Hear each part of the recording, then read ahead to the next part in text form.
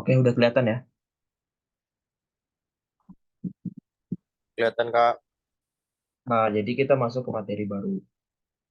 Ini materinya merupakan pertemuan ketiga dari praktikum coding.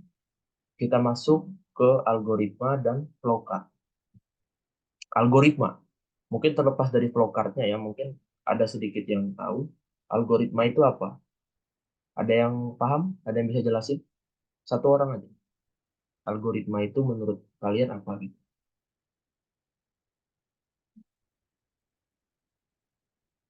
Yang bisa jelasin, saya kasih plus 3, plus 4, plus 5, plus 6. Izin Bang, Ya, silakan. izin Bang. Ya, ya. Kenalkan nama saya Indah Salsabila Putri. Eh, Pengertian algoritma itu merupakan salah satu bidang atau bagian dari ilmu komputer dan objek penelitian utama di lapangan. Algoritma itu menurut KANI 2020 prosedur pemecahan masalah dalam bahasa manusia. Langkah-langkah pemecahan masalah dalam algoritma itu dituangkan menjadi program komputer untuk mempercepat atau mengotomasi penyelesaian masalah. Terima kasih, Bang. Ya, sama-sama. Bagus benar ini jawaban dari Indah ini. Saking bagusnya saya berpikir sedang membaca, mungkin saya nggak tahu. Tapi itu lengkap benar, kompleks. Ya benar apa yang dikatakan Indah tadi. Nah, dia dapat plus 6 tuh. Kita algoritma itu merupakan langkah-langkah pemecahan masalah.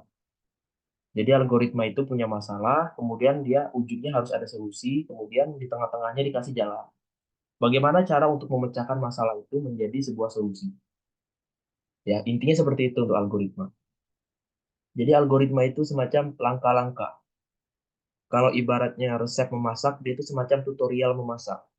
Jadi algoritma itu punya step by step gitu. Dari ujungnya awalnya menjadi apa dan akhirnya menjadi apa. Oke, bagus jawaban dari Indah tadi. Saya harap teman-teman aktif ya, karena saya senang ngasih nilai kalau teman-teman aktif. Mungkin disitulah nilai kalian bisa gede itu karena keaktifan tadi. Kayak contohnya Indah tadi dia dapat plus 6. Jadi algoritma itu urutan langkah-langkah untuk memecahkan masalah yang disusun secara sistematis dan logis. Ya, sistematis itu artinya teratur, dia sistematis itu terstruktur. Logis itu berarti masuk akal. Algoritma itu memang harus masuk akal. Contohnya ada contoh algoritma begini misalkan. Bagaimana cara masuk ke surga? Langkah pertama meninggal dulu. Kan nggak logis. Kita disuruh meninggal gitu. Artinya algoritma itu butuh langkah-langkah pemecahan masalah yang sistematis dan logis. Menurut KBBI, algoritma adalah urutan logis pengambilan keputusan untuk pemecahan masalah. Intinya semacam step by step lah. Nah, algoritma itu tadi, sekarang kita masuk ke dalam lingkup pemrograman. Algoritma pemrograman adalah proses pembuatan program, ya. Proses pembuatan program dengan menerapkan algoritma. Jadi, proses pembuatan programnya itu kita menerapkan cara-cara yang terstruktur, cara-cara yang pemecahan masalah, menerapkan algoritma dan struktur data tertentu menggunakan bahasa pemrograman. Struktur data itu apa? Struktur data adalah tempat tatanan penyimpanan data yang dibutuhkan program pada komputer. Ya. Tatanan penyimpanan data. Jadi data itu disimpan dan ditata dalam suatu hal yang disebut struktur data. Jadi dalam membuat program komputer, kita membutuhkan bahasa pemrograman, kita membutuhkan struktur data, dan kita membutuhkan algoritma. Karena kalau kita tidak memahami algoritmanya, bagaimana cara kita memecahkan masalah? Misal, kita punya masalah sekarang, bagaimana cara menghitung diskon dari suatu barang? Misalnya barangnya kalau cuma satu gampang, 100.000 diskon 10% berarti berapa harga harga jadinya gitu kan? Itu lebih gampang. Tapi andai kata yang kita hitung ini barangnya ada 1000. Ada 1000 barang dengan diskon yang berbeda-beda, tentu kita perlu hitungnya membutuhkan waktu yang lama. Nah, kita butuh algoritma. Kita butuh cara menyelesaikan dengan efisien. Kita punya masalah, menghitung kalkulasi aritmatika terlalu lambat. Step by step solusinya seperti apa? Solusi yang diharapkan adalah membuat program komputer untuk menyelesaikan tugas ini secara lebih efisien. Kemudian step by stepnya kita bakal ngoding, kita bakal membuat programnya menggunakan bahasa program. Misalkan menggunakan bahasa pemrograman C++ atau bahasa pemrograman Python, kita ngoding untuk menyelesaikan masalah itu. Nah, kalau pemecahan masalahnya nggak selesai, bagaimana cara kita ngoding? Kita butuh algoritma. Jadi algoritma ini menjadi begitu penting dalam pembuatan program. Nah, ini mekanisme eksekusi program. Kita selaku programmer, ya, teman-teman nanti buat program, berarti teman-teman sebagai seorang programmer membuat kode program. Pertama kita buat kode program yang telah ditulis, kemudian akan dikompil, dan dieksekusi untuk menjalankannya. Jadi compile itu apa? Compile itu adalah proses penerjemahan kode program. Jadi kode program tadi diterjemahkan dari bahasa pemrograman yang kita paham menjadi bahasa mesin yang cuma dimengerti oleh komputer. Sehingga komputer paham apa yang diperintahkan. Nah, ini ada contoh gambarnya. Jadi awalnya kan tuh dari kode program, kemudian kode programnya dikompil, dari kode program menjadi kode bahasa mesin, kemudian komputer paham apa yang diperintahkan dan program dijalankan oleh komputer. Ini mekanisme mekanisme eksekusi program. Programnya nanti akan kita buat di pertemuan berikutnya. Nah, cara penerapan algoritma, jadi algoritma itu bisa dibuat dalam beberapa cara penerapan. Yang pertama, algoritma dengan bahasa Indonesia ini paling gampang, sifatnya umum. Karena apa? Dia tidak menggunakan simbol atau sintaks dari suatu bahasa pemrograman, jadi lebih gampang karena kita membuatnya dalam bahasa yang kita pahami. Terus yang kedua, tidak tergantung pada suatu bahasa, jadi algoritmanya bebas untuk bahasa apapun. Dan notasi-notasinya dapat digunakan untuk seluruh bahasa manapun. Kita langsung lihat contoh biar lebih gampang. Misalkan kita contoh bagaimana cara membuat algoritma menghitung rata-rata 3 buah data. Gitu. Saya punya data 3 buah misalkan. Data yang pertama 10 nilainya, data kedua 10 juga, data ketiga juga 10. Jadi ada 10, 10, 10. Ada angka 10, angka 10, angka 10. Bagaimana cara menghitung rata-rata dari 3 buah data ini? Langkah pertama, baca bilangan A, B, dan C. Jadi bilangan pertama tadi dibaca, ternyata 10 nilainya. Oke. Baca bilangan B, oh ternyata 10 juga nilainya. Baca nilai bilangan C, oh ternyata juga 10 nilainya. Kedua, jumlahkan ketiga bilangan itu, jadi 30. Lalu ketiga bagi jumlah tersebut dengan 3, dibagi 3 itu 10. Dan keempat, tulis hasilnya. Hasilnya adalah 10. Jadi rata-rata 3 buah data tadi, hasilnya 10. Nah, sekarang mungkin rekan-rekan udah mulai paham, algoritma itu maksudnya adalah step by step mengerjakan sesuatu. Nah, intinya gitu dah. Yang paling gampangnya begitu. Misalnya kita ada step by step memasak nasi goreng. Ada yang bisa jelaskan bahannya apa? Untuk membuat nasi goreng itu bahannya apa? Satu, ada yang bisa jawab? Nasi, Bang. Nasi, oke. Dua, apa lagi? Minyak. Apa yang kedua? Bawang merah dan bawang putih, Bang. Oke, bawang-bawangan, bawang merah, bawang putih. Betul. Tiga, apa lagi? Minyak goreng. Minyak goreng, Bang. Minyak. Minyak, oke. 4, Kecap tahu, Bang. Bumbu nasi goreng atau kecap. Bumbu. oh ada yang Garam. nasi goreng. Oke, itu bahan-bahannya. Udah paham bahan bentuknya bagaimana ya? Sekarang alatnya apa? Satu, Wajan. Kuali. kuali. Ada yang bisa jelasin nggak apa perbedaan kuali sama wajan? Ya kan? Kan sering kita temui itu. Ini kuali, ini wajan. Bedanya apa? Ada yang paham? Beda di bahasanya aja, Bang, tapi sama. Oh, udah di bahasanya aja ya. Apa artinya sama sebenarnya ya, bentuknya sama. Oke, ada pendapat lain? Sependapat semua kita ya. Kuali sama wajan itu sama. Kemudian tadi alatnya banyak tuh, kan ada kompor, ada spatula mungkin, kemudian ada wajan atau kuali tadi. Langkah-langkahnya bagaimana? Yang pertama mungkin letakkan wajan ke atas kompor, gitu kan. Kemudian yang kedua, tuang minyak sedikit. Dan yang ketiga, hidupkan kompor. Panaskan minyak hingga bagaimana. Kemudian letakkan bawang seperti apa bentuknya. Mungkin bawangnya bisa dicop dulu sebelumnya.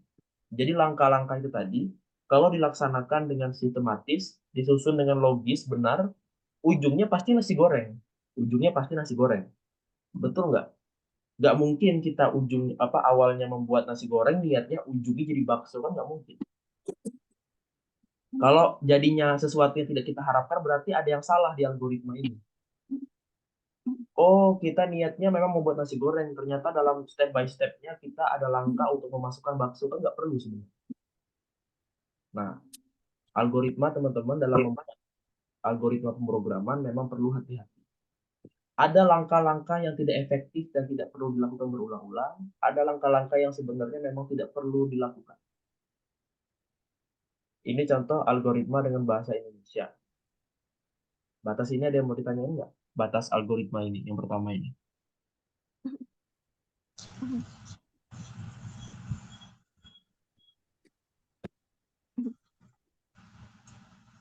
Oke, kalau nggak ada kita lanjut. Nah, ini udah mulai naik sedikit tingkatnya. Algoritma dengan pseudocode. Ya. Jadi penyajian algoritma dengan pseudocode berarti menggunakan kode yang mirip ya. Saya katakan tanda kutip mirip, berarti bukan sama dengan kode pemrograman yang sebenarnya. Pseudocode itu lebih rinci daripada algoritma bahasa Indonesia atau bahasa Inggris. Jadi ibaratnya algoritma pseudocode itu algoritma yang sudah mulai separuh-separuh pemrograman lah. Sudah mulai separuh-separuh ngoding tapi masih belum sampai. Contoh, ini kasusnya sama dengan yang sebelumnya, menghitung rata-rata 3 buah data. Langkah 1, input A, B, C. Kita semua tahu artinya input itu apa. Input itu berarti memasukkan nilai data A, data B, dan data C. Ini bahasanya sudah mulai ke bahasa pemrograman ini. Nah, kemudian yang kedua, JML. JML itu apa? Jumlah. JML sama dengan A tambah B tambah C. Jadi nilai JML itu adalah nilai yang dihasilkan dari penambahan nilai A, B, dan C. Jadi JML ini sekarang sebagai suatu variabel. Sebagai suatu variabel. Kemudian yang ketiga, variabel rata. Rata didapatkan dari hasil penambahan tadi, JML tadi, dibagi 3. Dan yang keempat, output rata. Jadi keluarkan hasil dari variabel rata. Jadi sekarang langkah 1, 2, 3, 4 ini sebenarnya sama dengan yang sebelumnya. Cuman sekarang dirubah menjadi bahasa setengah pemrograman. Jadi belum masuk ke pemrograman, tapi baru separuhnya aja. Dari situ ada yang bertanya kan?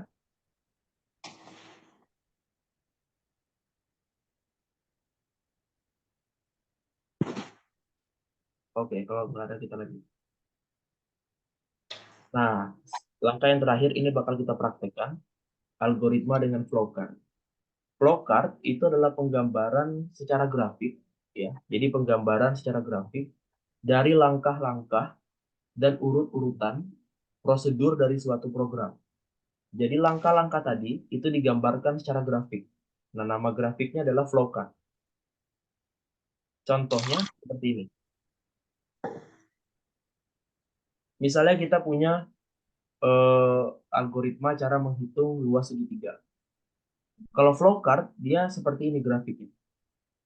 Yang pertama, kasih tulisan mulai dulu, kita mulai. Kemudian baca data. Kemudian hitung luas segitiga. lalu kemudian tampilkan hasil luas, baru selesai. Jadi flowchart itu harus ada mulai dan harus ada selesai. Nah, kalau teman-teman sadar, notice, di sini simbolnya beda-beda. Mulai bentuknya agak persegi panjang, sudut-sudutnya sudah mulai ini berbeda. Kemudian yang di bawah ini baca data itu simbolnya sudah jajar genjang. Kemudian hitung luas segitiga itu baru persegi panjang. Tampilkan hasil luas itu jajar genjang. Dan selesai itu udah berbeda lagi. Jadi setiap simbol ini ada makna-makna. Nah, ini simbol-simbol flowchart ya. Silakan di screenshot. Jadi ada arti-artinya. Yang pertama, itu simbol yang pertama kali kita lihat itu namanya terminator. Itu untuk permulaan atau akhir program. Jadi program itu harus dimulai dan harus diakhiri. Kemudian ada garis tanda panah, itu namanya flow line atau arah aliran program. Kemudian ada preparation, ada proses, ya proses penghitungan dan proses pengolahan segi empat panjang, persegi panjang. Kemudian input output data itu jajar jenjang. Kemudian ada predefined proses, subprogram. Subprogram itu berarti ada program di dalam program. Kemudian decision. Decision itu perbandingan, pernyataan, penyeleksian data yang memberikan pilihan. Jadi decision itu berarti ada alur pemilihan keputusan. Ya. Kalau misalnya dalam langkah algoritma teman-teman nanti ada cara untuk memasukkan data atau cara mengeluarkan data, berarti menggunakan jajar genjang ini. Tapi kalau di algoritmanya juga ada tentang proses suatu hal, misalnya mengkalkulasi apa, berarti menggunakan simbol proses ini. Tapi kalau misalnya flowchart nanti itu ada pilihan, misalnya iya atau tidak, merah atau biru, berarti menggunakan simbol decision atau keputusan. Nah, sekarang kita coba prakteknya, cara membuat flowchart ya. Pertama kita mau buat flowchart di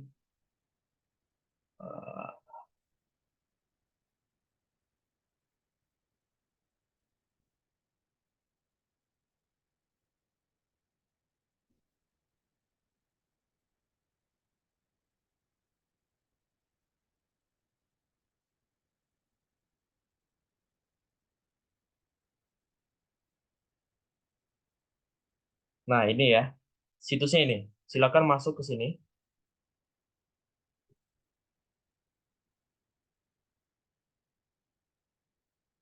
app.diagrams.net. Ini merupakan situs untuk membuat flowchart secara online.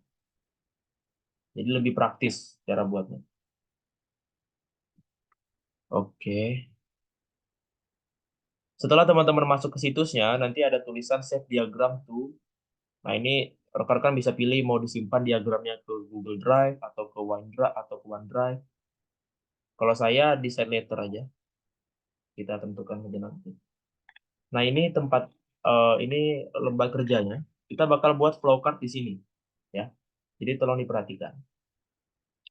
Di sebelah kiri itu di bagian general itu ada simbol-simbol yang dipakai untuk membuat flowchart. Dan di bagian flowchart juga nih ada bagian itu.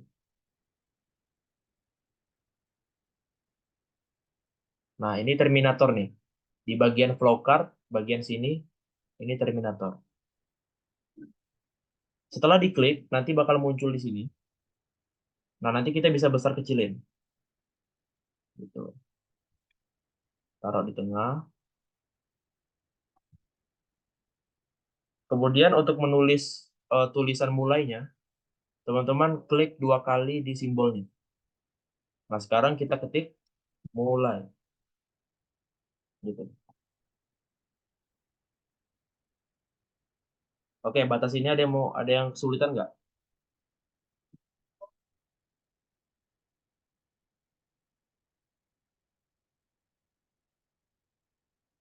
Oke, udah bisa ya batas ini ya. Oke, sekarang kita lanjut. Sekarang kita bakal ikuti contoh yang ini.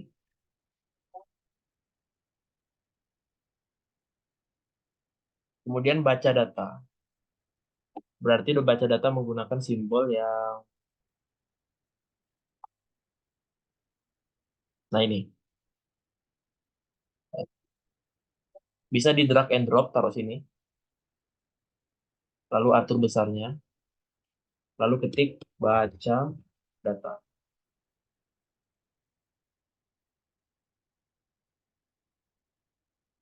Setelah selesai, sekarang kita buat tanda panahnya.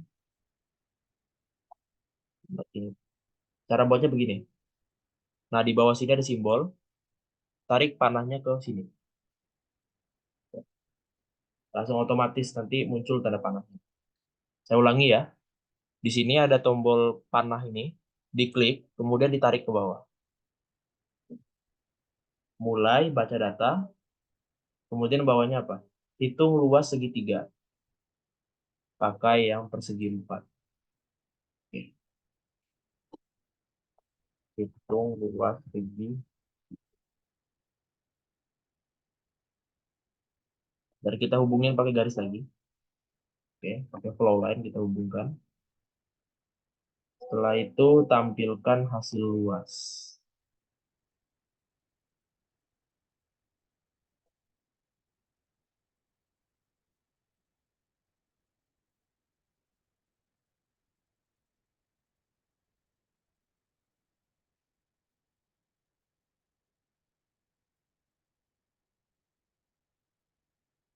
Kemudian setelah itu selesai.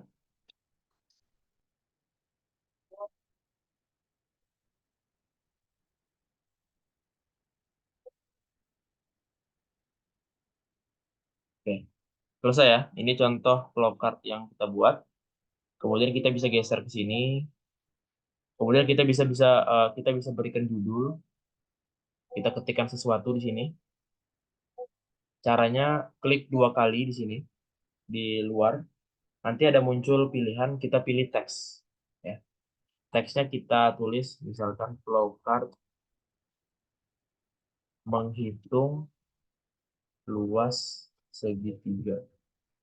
Kemudian bisa kita boldkan di sebelah kanan di sini. Ini merupakan tempat untuk mengatur tulisannya. Bisa diboldkan, bisa dibesarkan, gitu kan. Bisa diganti hurufnya gitu.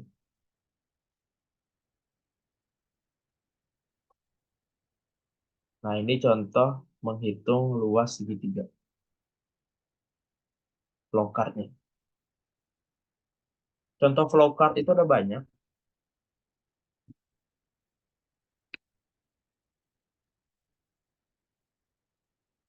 Ini contoh flowchart-nya ada banyak kan? Tuh.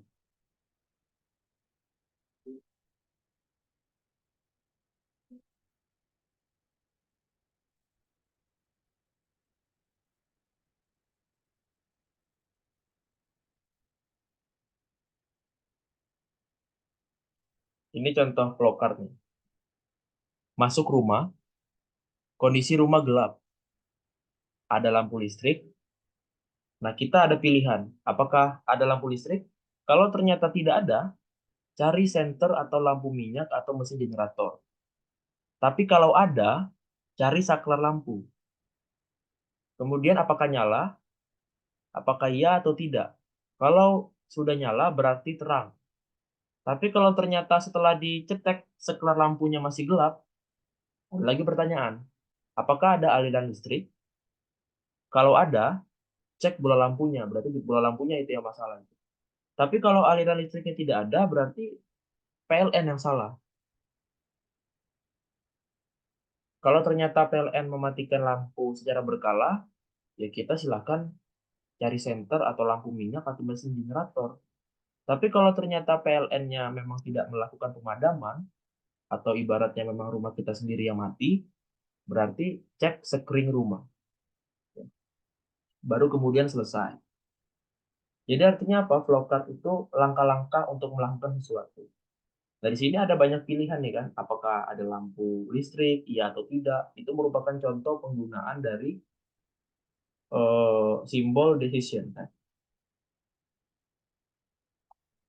Ya, ini ada contoh banyak nih tentang flowchart. Nanti rekan-rekan bisa baca-baca di internet kalau mau melihat contoh flowchart.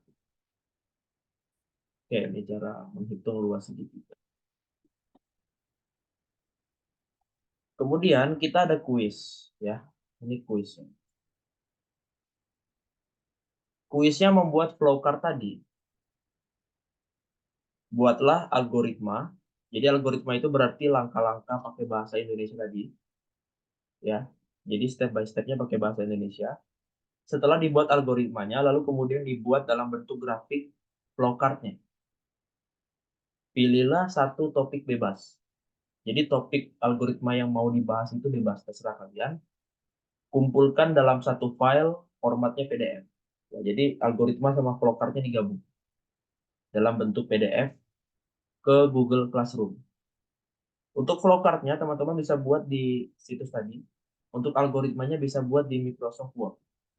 Atau kalau mau buat algoritmanya di dalam situs tadi juga bisa. Silakan klik di ketik di samping flowchartnya gitu. Kemudian bentuk dalam format PDF dikumpul ke Classroom. Deadline-nya setengah 2 ya, 13.30. Jadi langsung dikerjakan. Nah, sebelum kita lanjut, ada yang mau ditanyakan?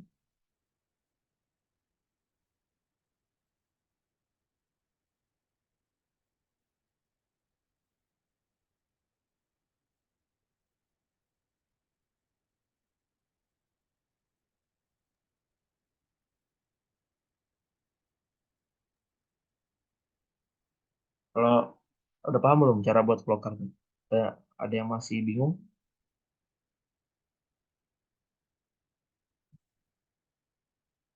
Kalau nggak ada, kita lanjut.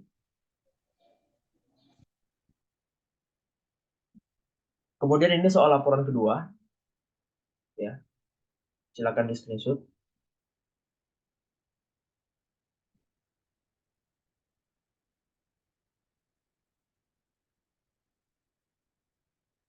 Apa ini yang dokumen?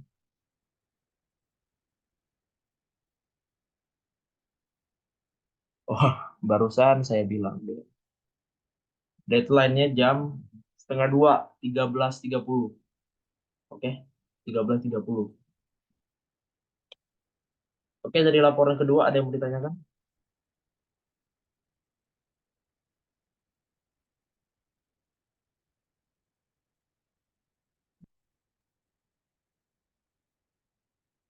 Izin Kak, Ya, silakan.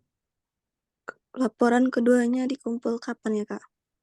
Seperti pertemuan sebelumnya, saya bilang laporan keduanya dikumpul paling terakhir Senin depan. Ya, jadi teman-teman ada waktu dari sekarang hari Selasa, Rabu, Kamis, Jumat, dan Senin. Izin Kak, jadi sistem pembuatannya sama seperti kemarin. Sistem pengumpulannya sekarang sendiri-sendiri ya. Silakan hubungi saya lewat pribadi. Silakan hubungi saya dari mulai sekarang sampai minggu depan. Bukan Kak, maksudnya format itu buat filenya. Ya, setelah itu sudah diperbaiki ya. Kalau teman-teman Oh, tahu apa yang salah, jangan sampai diulangi lagi. Ya, kita pakai format yang itu aja. terima kasih Kak. Ya, sama-sama. Bang, izin bang. Izin bang. Ya, silakan. Ya. Bang, buat yang tugas yang buat flowcard tadi kapan dikumpul ya? Mungkin bisa tanya sama temannya deh. Kapan mau dikumpul tugasnya itu? Kuisnya tadi ya. Oke. Ada lagi pertanyaan lain? Izin Bang. Ya, silakan.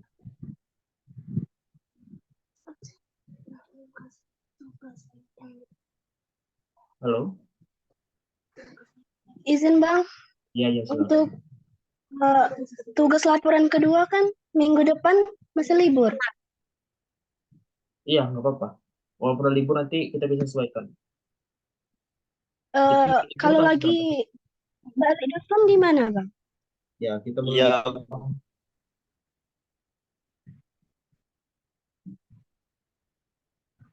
ada yang tahu kita mulai libur tanggal berapa?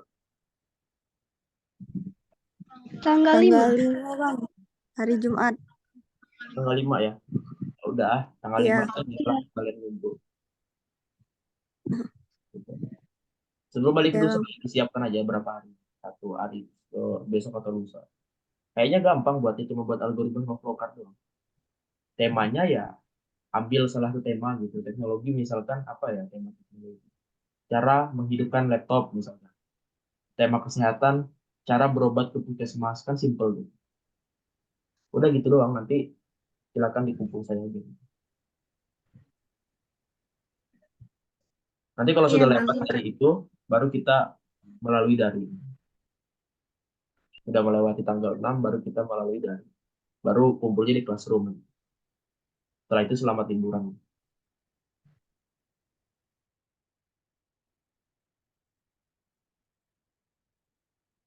Oke, ada yang mau tanyakan lagi?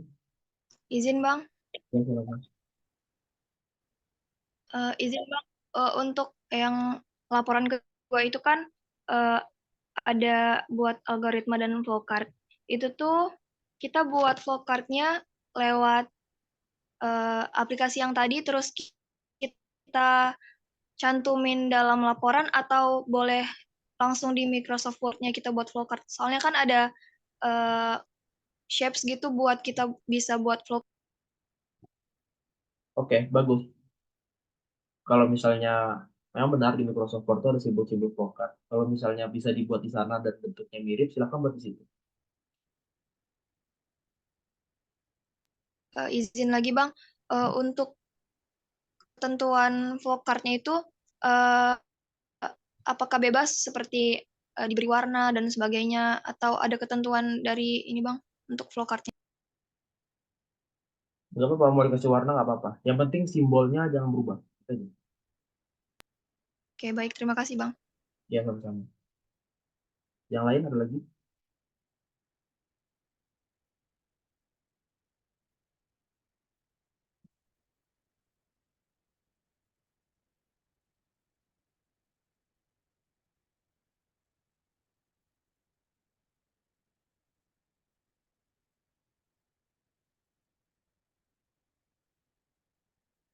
Oke, kalau nggak ada lagi kita lanjut ya.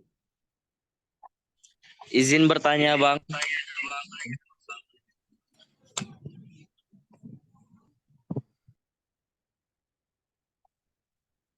Ya, silakan. Mohon maaf, Bang, sebelumnya jika pertanyaan saya kurang berkenan. Eh, Setahu saya tadi waktu pengumpulannya kan mulai dari besok ya sampai hari Senin.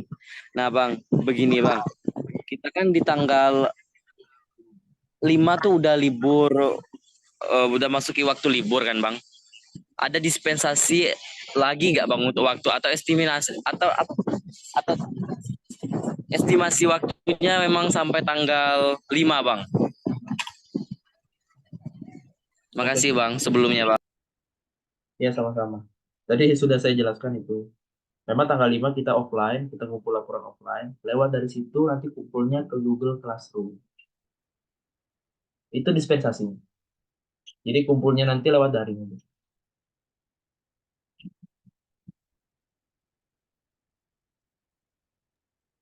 Cuman Bang, izin bertanya. Maaf nih Bang sebelumnya. Ini untuk tugas yang Abang berikan yang buat flowcard dan itu tadi.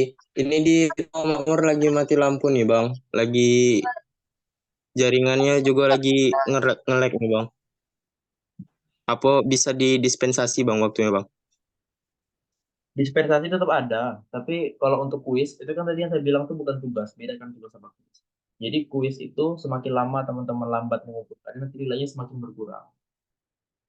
Nggak apa-apa ngumpulnya telat, tapi nilainya berkurang daripada teman yang tepat waktu. Oke, Ya, sip, Bang. sip. Yang lain ada yang mau ditanyakan? Jadi kenapa saya bilang selama kalian masih bisa kuliah di UNIF sebelum pulang kampung, teman-teman masih bisa ngumpul offline karena saya mau jelaskan laporannya cara offline lebih gampang. Tapi nanti setelah teman-teman sudah direvisi, kemudian hasil revisiannya mau dikumpul hari Senin lewat Google Classroom, silakan. Ya. Jadi nanti setelah teman-teman libur kita lewat daring.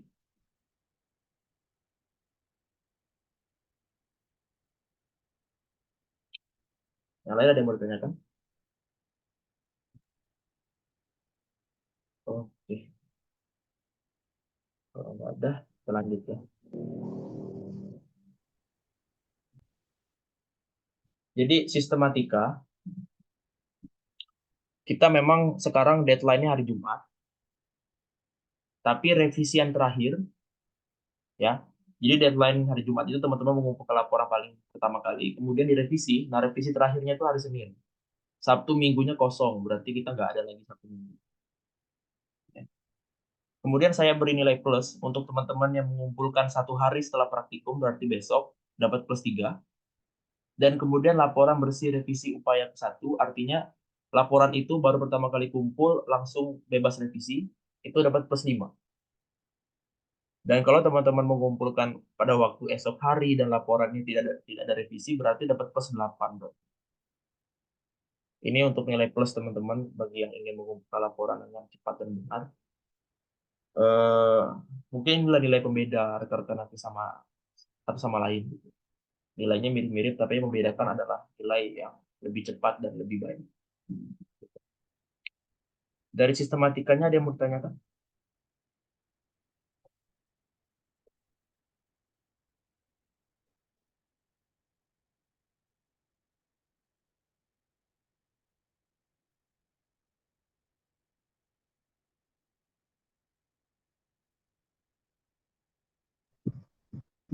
Oke, kalau nggak ada kita lanjut. Izin Kak, Ayo, oke, silakan. untuk laporan kedua kan kita buat algoritma dan dikonversikan juga dibentuk dengan flowchart kan Kak. Nah itu kan kalau itu kan boleh nggak Kak dari kita sendiri gitu. Nah jadi kalau untuk daftar pustakanya itu gimana Kak? Apa kita harus lihat dari mana gitu untuk buat itu flowchart-nya? Oke. Justru saya mau algoritma sama flowchart-nya itu buat sendiri. Jadi gini, di laporan bagian soal dan pembahasan itu tidak perlu menggunakan jurnal. Itu murni jawaban kalian sendiri. Boleh menggunakan referensi, tapi kalau algoritma flowchart-nya ya nggak usah lihat referensi lah, buat sendiri aja orisinil. Nah, yang menggunakan literatur jurnal dan sebagainya itu untuk landasan teori. Jadi yang landasan teori itu wajib. Kalau soal dan pembahasan itu jawaban sendiri. Begitu. Oke baik, terima kasih Kak. Ya, sama-sama. Ada lagi?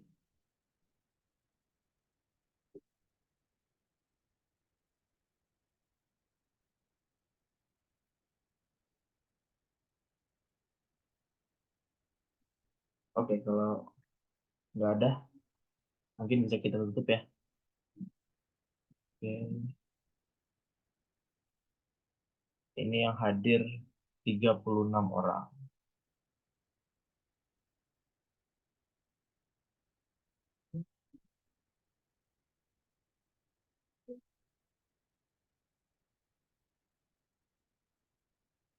Silakan ganti namanya dengan nama asli ya. Namanya nama asli. Saya mau screenshot.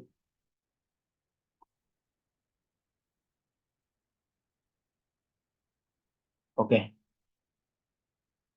Nama asli. 1, 2, 3. Oke, saya ucapin terima kasih Kak, teman-teman. permisi Kak. Ya, silakan. Izin Kak sebelumnya Kak. Ya. Halo. Iya, silakan. Kak. Tadi kan saya gabung itu Zoom Kak pakai laptop kan, tapi tiba-tiba internetnya hilang Kak. Jadi nggak nyambung lagi Kak. Jadi numpang sama teman. Oke, terus? Soalnya mati lampu di sini Kak. Oh, sudah menginformasikan. Oke. atas nama Dean Ajian Putra. Oh, dia yang ngomong. Iya. Oke, saya catat dulu. Gini Kak, tadi kan itu Zoom-nya pakai laptop sendiri. Ya, terus? Apa sih Mas? Mas masukkan cek on Mas. Minta tolong kecekkan Mas. Halo? Kak. Ya. Halo.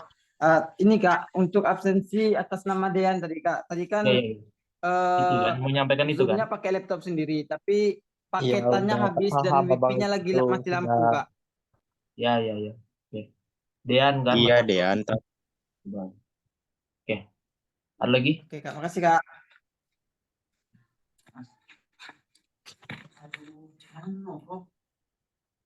Mungkin itu aja pertemuan kita kali ini.